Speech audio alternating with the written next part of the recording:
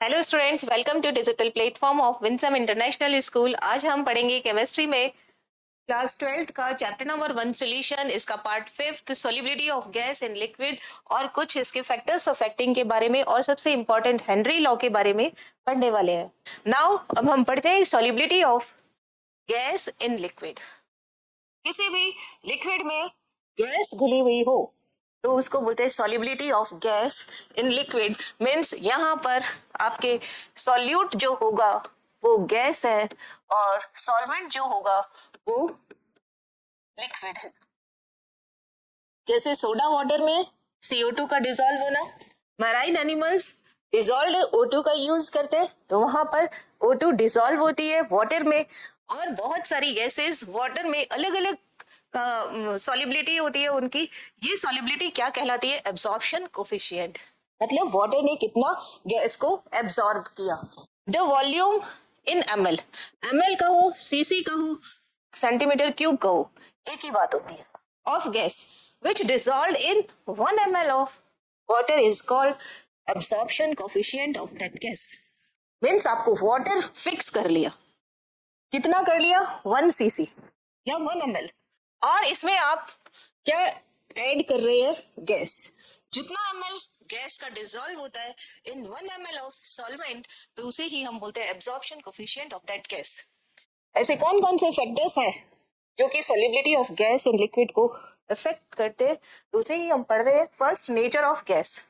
हमारी गैस कैसी है? मीन्स अगर गैस वाटर से रिएक्ट कर रही है तो सॉल्युबिलिटी उसकी ज्यादा होगी।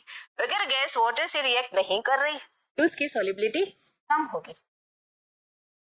The gases which react with solvent, कोई भी जरूरी नहीं है यहाँ पर सॉल्वेंट वाटर ही यूज किया जाए, पर इन जनरल हम वाटर यूज करते हैं इसलिए बार बार वर्ड सॉल्वेंट की जगह वाटर आ जाता है। The gases which react with solvent और आयनाइज्ड इन सॉल्यूशन, या फिर आयन बना लेते हैं रिएक्शन के बाद में सॉल्यूशन में आयन बना लेते हैं, they are soluble in water. यानी वाटर में कोई गैस डाली और वो डिसॉल्व हो रही है। जैसे एग्जांपल देखिए, अमोनिया। अमोनिया वाटर से रिएक्शन करता है, यस, और क्या बनाता है ये? NH4OH, ammonium hydroxide. HCl water से रिएक्ट करता है और ये क्या बनाता है यहाँ पर? H3O पॉजिटिव, देखिए आयंस बन गया, एंड Cl नेगेटिव। यहाँ पर ये डिसॉल्व हो गया, यहाँ पर इसने क्या बना लिया? HCl ने वाटर के साथ रिएक्ट करके H3O positive and Cl negative. And H2SO sulphur dioxide जो गैस होती है वो भी वाटर्स के साथ रिएक्ट करके क्या बना लेती है? H2SO4। पहले SO3 फिर H2SO4 बना लेगी। इट मीन्स ये सब चीजें या तो सॉल्यूशन के फॉर्म में होंगी या यहाँ पे क्या बोलते हैं हम? Aqueous solution. इसको कैसे लिख सकते हैं? HCl एक्वस ऐसा भी लिखा जाता है, H3O positive and Cl negative को। और H2SO4 ये भी कैसा लिखा जाएगा? यहाँ पर एक्वस। AQ का मतलब है यहाँ पे सॉल्वेंट वाटर है। तो इन्होंने वाटर से रिएक्शन कर लिया और एक नया कंपाउंड बना लिया, इसलिए ये सभी गैसेस जो होंगी वाटर में सॉल्युबल है। सबसे पहली बात, ये अमोनिया यहाँ पर गैस है, HCl यहाँ पे गैस है, SO2 यहाँ पर गैस है, और वाटर में डिसॉल्व होने के बाद में एक्वस सॉल्यूशन बना लेते हैं। ये चीज यहाँ लिखी है, the gases which are react with solvent are soluble in water. Ammonia water के साथ रिएक्ट करके क्या बना रहा है? Ammonium hydroxide. HCl gas water के साथ रिएक्शन करके क्या बना रहा है? एक्वस HCl का सॉल्यूशन। एंड SO2 वाटर के साथ रिएक्ट करके क्या बना रहा है? H2SO4 कंपाउंड बनाता है। Now gases with high van der Waals constant A and critical temperature value Tc are easily liquefy, so they are more soluble in water। हम पढ़ रहे हैं नेचर ऑफ सॉल्यूट। हमारा सॉल्यूट कैसा है उस पर वो डिपेंड करेगा कि इसकी सॉल्युबिलिटी कैसी है। फर्स्ट हमने पढ़ लिया, जो सॉल्यूट जितना ज्यादा वाटर से रिएक्ट करेगा या सॉल्वेंट से रिएक्ट करेगा उसकी सॉल्युबिलिटी उस सॉल्वेंट में उतनी ही ज्यादा होगी। सेकेंड हम देख रहे हैं कि अगर किसी का van der Waals constant A high है, ए किसको बताता है? मॉलिक्यूलर अट्रैक्शन फोर्स को। क्रिटिकल टेम्परेचर उसका बहुत ही ज्यादा है, यानी Tc भी हाई है, ए भी हाई है, तो अट्रैक्शन फोर्स ज्यादा होगा, इजीली लिक्विफाई हो जाता है, आसानी से लिक्विफाई हो गए तो वो सॉल्युबल भी ज्यादा होगा। मीन्स ए हाई, टीसी हाई, तो यहाँ पर सॉल्युबिलिटी भी हाई होगी। और देखिए 3 गैस ए, बी एंड सी, ये 3 गैसेस है। इनका टीसी दे रखा है critical temperature 300 kelvin, 400 kelvin, 500 kelvin. तो इसका ऑर्डर ऑफ सॉल्युबिलिटी गैस का क्या होगा? सी सबसे ज्यादा सॉल्युबल होगा, देन बी होगा, देन ए होगा, है ना। इसी तरीके से अगर हम पीछे वाली गैसेस का ऑर्डर निकाले, अमोनिया, HCl एंड SO2, तो इसमें अमोनिया सबसे ज्यादा सॉल्युबल होगी, देन HCl होगा एंड देन SO2 होगा। ये यहाँ पर ऑर्डर ऑफ सॉल्युबिलिटी रहेगी। इसी तरीके से देखिए O2, किसमें? वाटर में सॉल्युबल कम है लेकिन हीमोग्लोबिन में सॉल्युबल ज्यादा है। Soluble in haemoglobin, soluble in haemoglobin, HB means haemoglobin, है ना। Now N2, O2, H2 react नहीं करते, इसलिए वाटर में सॉल्युबल भी कम होते। Now nature of solvent. Nature of solvent वैसा ही है जैसा आपने सॉल्यूट में पढ़ा। अगर कोई पोलर गैस है तो पोलर ही सॉल्वेंट में डिसॉल्व होगी, अगर कोई नॉन पोलर गैस है तो वो नॉन पोलर सॉल्वेंट में डिसॉल्व होगी। Polar gas soluble in polar solvent, non polar gas dissolve in non polar solvent. Means कौन सा कंसेप्ट है ये? Like dissolve like rule. HCl gas soluble in water and liquid में less soluble, benzene liquid benzene में less soluble होती है। Now presence of impurity. अगर किसी सॉल्यूशन में इम्प्योरिटी कर दी जाए तो उस गैस की सॉल्युबिलिटी कम हो जाती है। देखिए CO2 वाटर में, नॉर्मल वाटर में ज्यादा डिसॉल्व होती है और सी वाटर में कम डिसॉल्व होती है, समुद्र के पानी में कम होगी। क्यों कम होगी CO2 डिसॉल्व? क्योंकि उसके अंदर सॉल्टी है वाटर, उसमें बहुत सारी सॉल्ट है, और जो हम ड्रिंकिंग वाटर लेते हैं उसमें CO2 इजीली डिसॉल्व हो जाती है, यानी उसकी सॉल्युबिलिटी ज्यादा होती है। तो क्या होगा अगर हम इम्प्योरिटी इंक्रीज कर दें, इम्प्योरिटी इन सॉल्वेंट, अगर है आपके पास ऐसा सॉल्वेंट है जिसके अंदर इम्प्योरिटी है, तो सॉल्युबिलिटी क्या होगी? कम हो जाती है, decrease, solubility decreases. That is, इसका मतलब क्या है? Solubility of CO2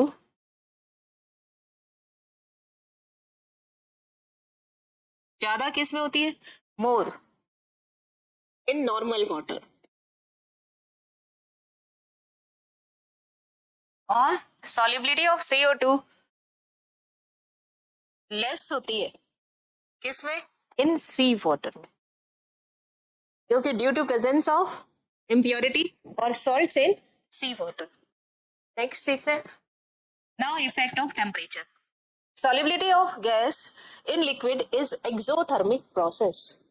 exothermic process का मीनिंग क्या होता है? आप किसी गैस को सॉल्वेंट में डिसॉल्व कर रहे हैं तो जो सॉल्यूशन बन रहा है वो एक्सोथर्मिक है, मींस हीट प्रोड्यूस करेगा। डेल्टा H नेगेटिव होगा, इसका डेल्टा H कैसा है? नेगेटिव। मींस आप टेम्परेचर इंक्रीज करोगे तो सॉल्युबिलिटी डिक्रीज होगी। टेम्परेचर इंक्रीज किया तो हीट किस साइड में? प्रोडक्ट की साइड में। मींस कौन सी रिएक्शन फास्ट हो जाएगी? बैकवर्ड रिएक्शन फास्ट हो जाएगी और सॉल्युबिलिटी उसकी डिक्रीज हो जाएगी। It means then according to Le Chatelier principal, ये प्रिंसिपल ले चैटेलियर प्रिंसिपल है कि हीट बढ़ाने पर इक्विलिब्रियम उस तरफ शिफ्ट हो जाता है जो कि उसको किए गए इफेक्ट को नेग्लेक्ट कर सके। हम हीट में टेम्परेचर देके हीट में चेंज कर सकते हैं, प्रेशर में चेंज कर सकते हैं अगर कोई गैस है, और कंसंट्रेशन ऑफ सॉल्वेंट और सोल्यूट, सॉल्वेंट नहीं, यहाँ पे रिएक्टेंट एंड प्रोडक्ट अगर चेंज कर दिया जाए तो इक्विलिब्रियम शिफ्ट हो जाता है। यही बात ले चैटेलियर ने कही थी कि अगर आप टेम्परेचर इंक्रीज करते हो तो सॉल्यूशन का इक्विलिब्रियम उस तरफ बैकवर्ड डायरेक्शन में शिफ्ट हो जाएगा, means solubility of solute decrease हो जाएगा विद राइज इन टेम्परेचर, अगर आप टेम्परेचर को बढ़ाते हैं। फॉर एग्जाम्पल देखिए, अगर यहाँ पर इसी रिएक्शन को लिखते हैं, आप वाटर में O2 गैस डिसॉल्व किया और सॉल्यूशन बना लिया, इससे क्या हुआ? हीट। O2 लो टेम्परेचर पर ज्यादा डिसॉल्व होगा। ये कैसे पता चलेगा? जितने भी मैराइन है, एक्वेटिक एनिमल्स है, वो कहाँ रहते हैं? कोल्ड वाटर में, हॉट वाटर में नहीं रहते। और अगर यही टेम्परेचर क्या कर दिया जाए, एट हाई टेम्परेचर, डिसॉल्व क्या होगा या डिसोल्यूशन क्या होगा? डिक्रीजेस, मींस सॉल्युबिलिटी कम हो जाती है। दैट्स व्हाई, यही कारण है, दैट इज, क्या मतलब है इसका? एक्वेटिक एनिमल, या एग्जाम्पल देख लेते हैं इसके अंदर, एग्जाम्पल करके लिख लो।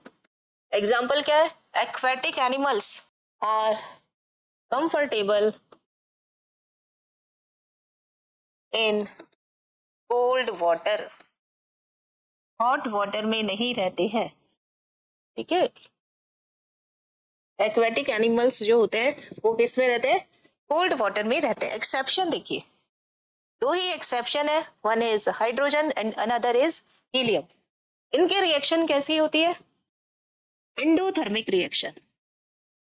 और एंडोथर्मिक रिएक्शन होने की वजह से अगर आप टेम्परेचर इंक्रीज करेंगे तो सॉल्युबिलिटी इंक्रीज हो जाएगी,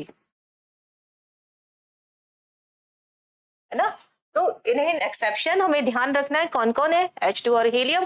बाकी जितनी भी गैसेस होती है वो सभी एक्सोथर्मिक रिएक्शन शो करती है, यानी टेम्परेचर बढ़ाएंगे तो सॉल्युबिलिटी डिक्रीज होगी।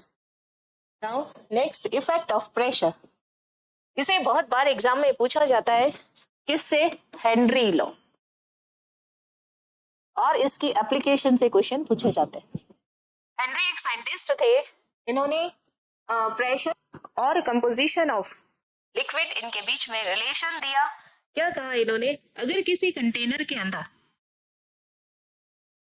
प्रेशर एक्सर्ट हो रहा है, लिक्विड फिल किया हुआ है और उसमें अलग अलग तरीके की गैसेस है, यहाँ पर कुछ गैसेस ब्लू कलर से, 4 गैस, और 3 गैसेस जो है वो ग्रीन कलर से, 1 2 3, 2 गैसेस पिंक कलर से, 1 2, और एक गैस ब्लैक कलर से। मीन्स आपके पास अलग अलग कलर की यहाँ पे मैंने गैसेस बना दी। और यहाँ पर एक ब्लू कलर की गैस जो है उस, ये कितना है? 1 मोल हो गया। और ब्लू कलर की गैस का कितना है? 1 2 3 4, 4 मोल हो गया। पिंक कलर की गैस का कितना है? 2 मोल। और ग्रीन कलर की गैस जो है इस कितने है? 3 मोल। तो हेनरी ये बोलते हैं ये सब गैस है कि जिसका मोल फ्रैक्शन ज्यादा होगा। मोल फ्रैक्शन कैसे निकालेंगे? अगर ब्लू का निकालना है तो 4/1, 4 2 3 ऐड कीजिए, 5 9 और 1 10, यानी कितना हो गया? इसका मोल फ्रैक्शन कितना हो गया? 4/10। इसका मोल फ्रैक्शन कितना हो गया? 2/10। पिंक का मतलब यहाँ पर आपको ये लिट लगा हुआ, मोल फ्रैक्शन आप आराम से निकाल सकते हैं। और ये कहता है कि मोल फ्रैक्शन जो है इसका कितना हो गया? 1/10। जिसका मोल फ्रैक्शन जितना ज्यादा होगा वो सरफेस पर उतना ही ज्यादा प्रेशर डालेगा। इसका मोल फ्रैक्शन ब्लू कलर का कितना हो गया? 4 मोल्स है, और टोटल कितना है? 10। इस पिंक का मोल फ्रैक्शन कितना हो गया? 2/10। ग्रीन का मोल फ्रैक्शन कितना हो गया? 3/10। ये सब क्या है यहाँ पर? Mole fraction. और मोल फ्रैक्शन को किससे रिप्रेजेंट करते हैं? एक्स से। ये क्या कहता है कि जिसका मोल फ्रैक्शन ज्यादा वो इस पर प्रेशर भी ज्यादा डालेगा। मीन्स ब्लू कलर वाला जो है इस पर ज्यादा प्रेशर डालेगा, है ना, ऐसे ज्यादा प्रेशर डाल रहा है, बड़ा कर दिया इसको। उसके बाद कौन डालेगा? क्योंकि ब्लू का कितना है? 0.4, वैल्यू सबसे ज्यादा है। उसके बाद कौन डालेगा? ग्रीन कलर का। ग्रीन कलर वाला उसके बाद प्रेशर डालेगा लिक्विड की सरफेस पर। इसी तरीके से पिंक कलर वाला उसके बाद प्रेशर डालेगा। और सबसे कम प्रेशर किसका पड़ेगा इस लिक्विड की सरफेस के ऊपर? ब्लैक कलर वाली गैस का। मीन्स मोल फ्रैक्शन जितना ज्यादा होगा, कोई गैस वाटर में जितनी ज्यादा डिसॉल्व होगी उसका प्रेशर भी उतना ही ज्यादा होगा। और प्रेशर कौन सा मेजर करना है आपको? Above the liquid, liquid surface के ऊपर। और सोल्युबिलिटी किसकी देखनी है? मोल फ्रैक्शन कौन सा देखना है? जो लिक्विड के अंदर डिसॉल्व हो। यहाँ पे वाटर भरा है और ये गैसेस है, ये कलरफुल गैसेस है, तो जिसका मोल फ्रैक्शन ज्यादा होगा उसका प्रेशर भी ज्यादा रहेगा। या इसको उल्टा भी कह सकते हैं, हम इस तरीके से बोलेंगे कि जिस प्रेशर जिस उस गैस का ज्यादा होगा जिसकी सॉल्युबिलिटी ज्यादा होगी, यानी प्रेशर बढ़ाने पर सॉल्युबिलिटी बढ़ती है। इसे हम अलग अलग तरीके से दो बार रिप्रेजेंट करेंगे हेनरी लॉ को। एक बार जब एक ही गैस डिसॉल्व है, एक ही तरीके की गैस डिसॉल्व है ना, और दूसरी बार जब डिफरेंट टाइप की गैस डिसॉल्व है। तो यहाँ पर हम मोल फ्रैक्शन लेते हैं और प्रेशर को पार्शियल प्रेशर बोलते हैं। यहाँ पर जो गैस होगी ये मास आएगा और यानी कंसंट्रेशन आएगा और प्रेशर आएगा उस गैस का। नाउ क्या कहता है ये, पढ़ते हैं इसको। solubility of gas is much affected by change in pressure। किसी भी गैस की solubility जो होगी वो चेंज हो जाती है अगर हम प्रेशर को चेंज कर दें। हेनरी ने प्रेशर और कंपोजिशन ऑफ सॉल्यूशन इनके बीच में रिलेशन दिया। क्या कहता है कि टेम्परेचर कांस्टेंट कर दो। सबसे पहली बात, प्रेशर और टेम्परेचर आए तो एक चीज कांस्टेंट करनी है। अगर आप टेम्परेचर कंसीडर कर रहे हो तो प्रेशर को कांस्टेंट कर दो, अगर आप प्रेशर में चेंज कर रहे हो तो टेम्परेचर को कांस्टेंट कर दो। मींस कांस्टेंट कौन हो गया, temperature.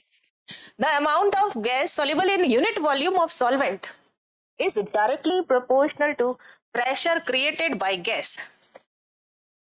at equilibrium on the surface of solvent। Unit volume लेना है किसका, सॉल्वेंट का। 1 लीटर 1 ml इतना भी लिया जा सकता है, वॉल्यूम यूनिट होना चाहिए। क्यों यूनिट वॉल्यूम दिया है, क्योंकि कंसंट्रेशन को किस में लेते हैं, या तो ग्राम पर लीटर में लेते हैं या किस में लेते हैं, मोल पर लीटर में। तो आपने लीटर फिक्स कर दिया तो अमाउंट ऑफ गैस रह गया। Amount of gas soluble in unit volume of solvent concentration हो गया, is directly proportional to pressure. Pressure created by gas, जब ये गैस में बनेगी, लिक्विड से कहां जा रही है, ये वेपर में, और इक्विलिब्रियम कंडीशन में है on the surface of solvent. और इक्विलिब्रियम कंडीशन होगी तो क्या आता है, vapour pressure. If the mass of gas is m, mass of gas क्यों लिया, क्योंकि वॉल्यूम क्या है यहाँ पर, यूनिट है, 1 लीटर 1 ml भी बोल सकते हैं। और प्रेशर क्या है, P, then m is proportional to P and m is equal to KH। P, m यहाँ पर मास ऑफ सोल्यूट या gas, P pressure of that gas on the surface of liquid at equilibrium condition, KH is Henry constant. जब हमारे पास gas एक ही type की हो तब क्या वर्ड यूज करेंगे, मास। अगर डिफरेंट डिफरेंट टाइप की गैसेज हो, अलग अलग टाइप की गैसेज हो, तब हम क्या यूज करते हैं, मोल फ्रैक्शन। और प्रेशर को क्या बोलते हैं, पार्शियल प्रेशर। देखते हैं दूसरे तरीके से। If more then 1 gas is dissolve, then solubility of gas is directly proportional to. अब देखिए वर्ड क्या है, solubility of gas is directly proportional to partial pressure of that gas above the liquid। यानी solubility of gas is directly proportional to partial pressure of that gas on the liquid। P यहाँ पे जिसका भी आप निकाल रहे हो, pressure निकाल रहे हो, यहाँ पे अगर आप ये वाला प्रेशर ब्लू का निकाल रहे हो तो partial pressure of blue gas, green का निकाल रहे हो तो partial pressure of green gas, pink का निकाल रहे हो तो partial pressure of pink gas. तो मींस पार्शियल प्रेशर किसके प्रोपोर्शनल हो जाएगा, यहाँ पर directly proportional to PA, directly proportional to XA। A क्या लेना है यहाँ पर, gas about the liquid, and XA dissolve in the liquid. तो PA is equal to KH। P क्या डिनोट करता है, PA denotes the partial pressure of gas in the atmosphere above the liquid. ये जरूर पढ़ना, अबाव द लिक्विड, क्योंकि अंदर जो होगा उसके लिए दूसरा लॉ है। Partial pressure of gas in atmosphere, pressure की यूनिट ATM में है, और कितना होगा above the liquid. XA denotes the mole fraction of the dissolved gas. Mole fraction किसका लेना है, जो गैस लिक्विड में डिसॉल्व हो रखी है, and KH is the Henry law constant और Henry constant of that gas. यहाँ पर देखिए, यहाँ पे मोल फ्रैक्शन में कितने, 1 2 3, एक ही तरीके की गैस है, 3 मोल है, तो प्रेशर देखिए 1 2 3 4 5 6 7, प्रेशर कम। यहाँ पे देखिए सॉल्युबिलिटी कितनी है, 1 2 3 4 5 6, 6 मोल्स है।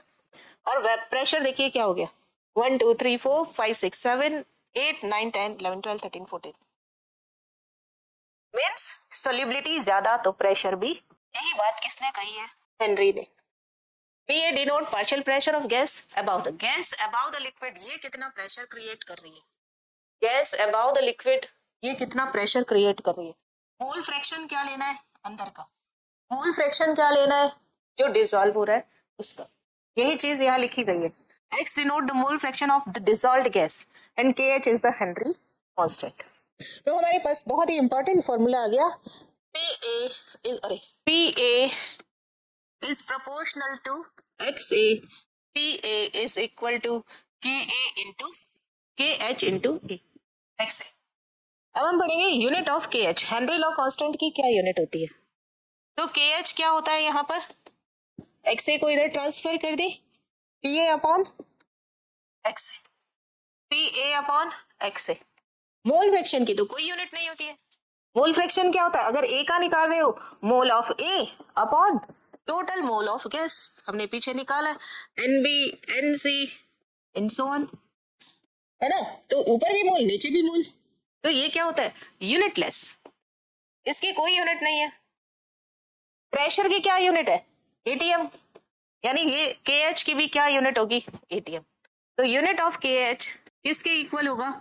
Unit of pressure. Partial pressure की भी वही यूनिट होती है जो प्रेशर की यूनिट होती है। कौन कौन सी हो सकती है यूनिट्स? फर्स्ट, जनरली हम ATM यूज करते हैं, पर और कौन कौन सी हो सकती है? ATM हो सकती है, बार हो सकती है, न्यूटन पर मीटर स्क्वायर हो सकती है, HG हो सकता है, या CM ऑफ HG हो सकता है, सेंटीमीटर ऑफ HG। ये यूनिट्स प्रेशर की यूनिट्स होती है और यही यूनिट KH की भी होगी। नाउ नेक्स्ट देखते हैं हम क्या कह रहा है। Graph between partial pressure and mole fraction. क्या PA is equal to KH into XA। Linear graph आता है। Y is equal to MX plus C। यहां पर C क्या है? ये लीनियर इक्वेशन है, लीनियर इक्वेशन, है ना? मैथ्स वाले इसे बहुत अच्छे से जानते हैं, बायो के भी जानते हैं। Y एक्सिस पर आपको क्या लेना है? पार्शियल प्रेशर, ये रहा। X एक्सिस पे क्या लेना है आपको? यहाँ पर मोल फ्रैक्शन, है ना? ये रहा मोल फ्रैक्शन X। ये क्या हो जाता है? KH slope. और ये क्या होता है? इंटरसेप्ट। तो यहाँ पर इंटरसेप्ट तो क्या है? यहाँ पर 0। Intercept C is equal to क्या है? 0। मीन्स कहां से शुरू होगा? ये 0 से। प्रेशर बढ़ाओगे, मोल फ्रैक्शन बढ़ेगा तो प्रेशर भी बढ़ेगा।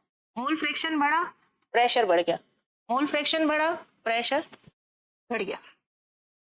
और KH किसके इक्वल टू होता है? स्लोप। स्लोप कैसे निकालते हैं आप? tan थीटा से। और tan थीटा कैसे निकालेंगे? आपके पास क्या फॉर्मूला आएगा tan थीटा का? PA upon XA।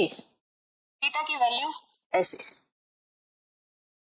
ये निकाल लिया, ये थीटा की वैल्यू हो जाएगी।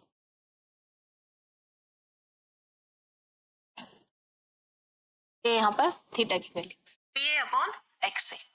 ओके, तो ये हमारे पास में हेनरी लॉ कांस्टेंट निकालने का तरीका। अब factors affecting the Henry law constant. कौन कौन से फैक्टर हेनरी लॉ KH पर अपना इफेक्ट डालते हैं? तो पहला, nature of gas, nature of solvent, temperature and pressure. कुछ यहाँ पर दे रखा है, देखिए सॉल्युबिलिटी और प्रेशर में ग्राफ किया। हीलियम, नाइट्रोजन, ऑक्सीजन, सॉल्युबिलिटी और क्या कैसे हम मेजर करेंगे? यहाँ पर देखिए एक चीज कांस्टेंट कर लेते हैं हम, प्रेशर को कांस्टेंट कर लेते हैं और ऐसे लाइन खींचते हैं। तो ग्रीन कलर की लाइन जो है वो कहां तक आई? इसकी सॉल्युबिलिटी क्या हुई? ये कम है ना नीचे से। और ब्लू कलर की जो आएगी वो कौन सी होगी? ये वाली। और पर्पल कलर की आएगी, पर्पल तो है नहीं हमारे पास, ऐसे रेड कलर, तो इसकी क्या होगी? मीन्स प्रेशर को कांस्टेंट रखा तो सॉल्युबिलिटी किसकी ज्यादा है? O2 की। फिर किसकी है? N2 की। फिर किसकी है? हीलियम की। तो सॉल्युबिलिटी ऑफ हीलियम, सॉल्युबिलिटी का ऑर्डर क्या रहा? At constant temperature. Temperature increase करने पर हीलियम की एंड प्रेशर दोनों को कांस्टेंट कर दिया। हीलियम की कम है, N2 की उससे ज्यादा है, O2 की और भी ज्यादा। सॉल्युबिलिटी उसी ऑर्डर में इंक्रीज या डिक्रीज हो रही है जो हमने फर्स्ट किया था, nature of solute and solvent. Non polar solute होगा तो नॉन पोलर सॉल्वेंट में डिसॉल्व होगा।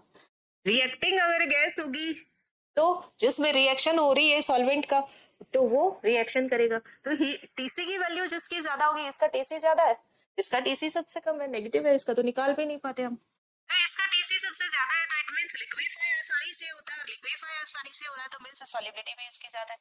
तो आपके पास वही ऑर्डर आता है क्या कि सॉल्युबिलिटी अगर आप की बढ़ती है, कब बढ़ती है? अगर प्रेशर आप बढ़ाते हैं, और अगर आप प्रेशर बढ़ा रहे हैं तो KH की वैल्यू क्या हो जाती है? डिक्रीज, क्योंकि आपके पास PA is equal to KH XA। KH क्या आया आपके पास? PA upon XA। के XA बढ़ेगा तो KH कम होगा, है ना। सॉल्युबिलिटी आपके बढ़ाओगे तो KH की वैल्यू कम, KB अगर XA की वैल्यू सॉल्युबिलिटी कम होगी तो KH की वैल्यू ज्यादा होगी, इनवर्सली प्रोपोर्शनल है। X किसको बता रहा है? सॉल्युबिलिटी को, यानी मोल फ्रैक्शन को। तो सॉल्युबिलिटी बढ़ाने पर XA बढ़ता है, KH की वैल्यू कम होती है, और सॉल्युबिलिटी कम करने पर, सॉल्युबिलिटी अगर आप कम कर दोगे तब XA कम हो जाएगा और KH की वैल्यू ज्यादा हो जाएगी। और टेम्परेचर बढ़ाते हैं तो सॉल्युबिलिटी कम होती है, तो means temperature increase, solubility decrease, solubility decrease हो गई तो मोल फ्रैक्शन डिक्रीज और KH इंक्रीज। ये रिलेशन होता है। एप्लीकेशन ऑफ हेनरी लॉ, क्या है हेनरी लॉ की application? Aquatic animals are comfortable in cold water. क्यों? क्योंकि कोल्ड वाटर में टेम्परेचर कम है, सॉल्युबिलिटी ज्यादा होगी, ऑक्सीजन ज्यादा डिसॉल्व होगी और एक्वेटिक एनिमल्स को ज्यादा अमाउंट में ऑक्सीजन फॉर रेस्पिरेशन मिल सकेगी। रीजन पूछा जाता है क्योंकि at low temperature solubility of oxygen क्या होगा? O2 अधिक होगा, है ना। So easy for respiration, respiration आसानी से हो जाएगा। नेक्स्ट देखिए, in manufacturing of soft drinks और सोडा वाटर कौन सी गैस होती है इसमें? CO2 passed at high pressure to increase its solubility. Pressure को इंक्रीज कर दिया जाता है अब, और टेम्परेचर क्या कर दिया जाता है? कम। जितनी भी कोल्ड ड्रिंक्स होती हैं या सॉफ्ट ड्रिंक्स होती हैं या सोडा वाटर है, ये हम ठंडा करके पीते हैं, गर्म करके क्यों नहीं पीते? क्योंकि फिज की जो आती है, टेस्ट आता है, वो किसकी वजह से आता है? CO2 की वजह से। और CO2 कब ज्यादा डिसॉल्व होगी? जब टेम्परेचर कम करेंगे और प्रेशर को बढ़ाएंगे। Now to minimize the painful effect of bends, painful effect इसको क्या बोलते हैं? बेंड्स। स्पेशल कंडीशन है accompanying the decomposition of deep sea divers, यानी जो स्कूबा डाइवर्स होते हैं, जो पनडुब्बी पे जाते हैं, जो समुद्र के नीचे जो गोताखोर होते हैं, scuba divers, deep sea diverse जिसको बोला है, वो उसमें O2 को डाइल्यूट करके लेते हैं। क्योंकि समुद्र के नीचे जाने पर क्या होगा? अंडर सी क्या होता है? अंडर सी प्रेशर इंक्रीज हो जाता है, और प्रेशर इंक्रीज होने से सॉल्युबिलिटी भी इंक्रीज हो जाती है। प्रेशर इंक्रीज तो क्या हो गया? सॉल्युबिलिटी इंक्रीज, और सॉल्युबिलिटी इंक्रीज तो मोल फ्रैक्शन इंक्रीज। अब हमारे पास एयर में मिक्स कंडीशन है, क्या? नाइट्रोजन हमारे पास 78% है और ऑक्सीजन हमारे पास 21% है। अब जब हमने सॉल्युबिलिटी बढ़ा दी तो अंडर सी क्या होगा? Take N2 and O2 both by sea divers, जो समुद्री गोताखोर होते हैं वो क्या करेंगे? N2 भी ले लेंगे और O2 भी ले लेंगे। समुद्र के अंदर तक कोई प्रॉब्लम नहीं है, लेकिन जैसे ही ये अर्थ पे आएंगे तब यही N2 क्या होगी, सॉल्युबिलिटी कम, तो N2 किस में आ जाएगी, इन गैस फॉर्म। कहाँ पे, इन ब्लड। ब्लड के अंदर क्या हो जाएगा, ब्लड वेसल्स के अंदर ब्लड के साथ साथ में छोटे छोटे N2 के एयर बबल बन जाएंगे, जिससे कि वो ब्लड आगे फ्लो नहीं कर पाएगा। बहुत पेनफुल कंडीशन हो जाती है, इसी कंडीशन को हम बोलते हैं बेंड्स। जब N2 गैस के फॉर्म में ब्लड में हो जाए, एयर बबल बन जाए, ऑक्सीजन की सप्लाई रुक जाती है और डेथ हो जाती है। इसलिए स्कूबा डाइवर्स के जो सिलेंडर होते हैं, समुद्री गोताखोर के जो सिलेंडर्स होते हैं, है ना, सिलेंडर और इन सिलेंडर और सी डाइवर्स, स्कूबा डाइवर्स भी बोलते हैं, हीलियम डाल देते हैं। हीलियम नॉन रिएक्टिंग है, और अभी आपने देखा कि हीलियम की सॉल्युबिलिटी बहुत बहुत बहुत कम होती है। कितनी कर दी, 11.1%। नाइट्रोजन जो हमारे पास कितना परसेंट था, 78%, वो कितना कर दिया, 56.2, कम कर दिया। अब देखिए सॉल्युबिलिटी कम है, एयर में उसका मोल फ्रैक्शन कम है, तो प्रेशर भी क्या होगा, कम। तो प्रेशर कम हो जाएगा तो उसकी सॉल्युबिलिटी अपने आप ही ब्लड में कम हो जाएगी। ऑक्सीजन बढ़ा दिया, 21 से कितना कर दिया, 32%। ये सिलेंडर ऑफ सी डाइवर्स में होता है, और किस प्रॉब्लम को ओवरकम करने के लिए होता है, बेंड्स को। नाउ एट हाई एल्टीट्यूड, अगर आप माउंटेन एरिया के अंदर जाते हैं, ये तो किसके लिए था, बेंड्स के लिए। और अगर आप माउंटेन एरिया में जाते हैं, माउंटेन एरिया में या हिल स्टेशन पर क्या होता है, प्रेशर कम होता है। प्रेशर कम होता है तो सॉल्युबिलिटी भी क्या हो जाएगी, कम। और सॉल्युबिलिटी कम तो एक्स यानी मोल फ्रैक्शन भी क्या हो जाएगा, किसका, O2 का कम। हमारी सेल्स तक O2 क्या पहुंचेगी, कम। ब्लड में O2 कम होगी तो ब्रेन सेल्स तक कम पहुंचेगी, और हमें क्या हो जाता है, नॉक्सिया, बेहोशी हो जाती है। At high altitude, partial pressure of O2 is less than that of the ground level. This leads to low concentration of O2 in blood of climbers.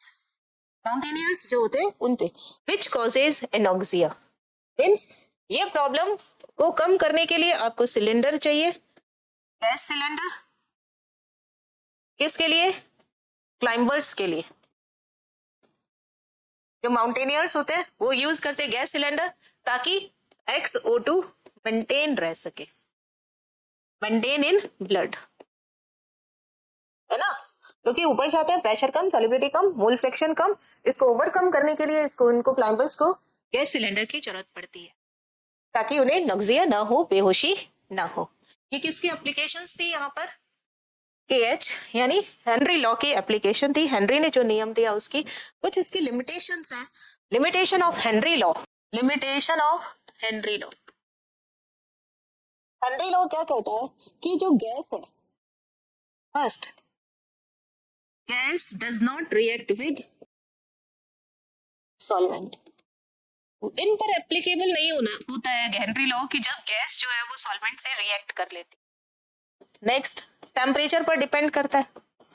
Temperature neither high या नॉट टू हाई,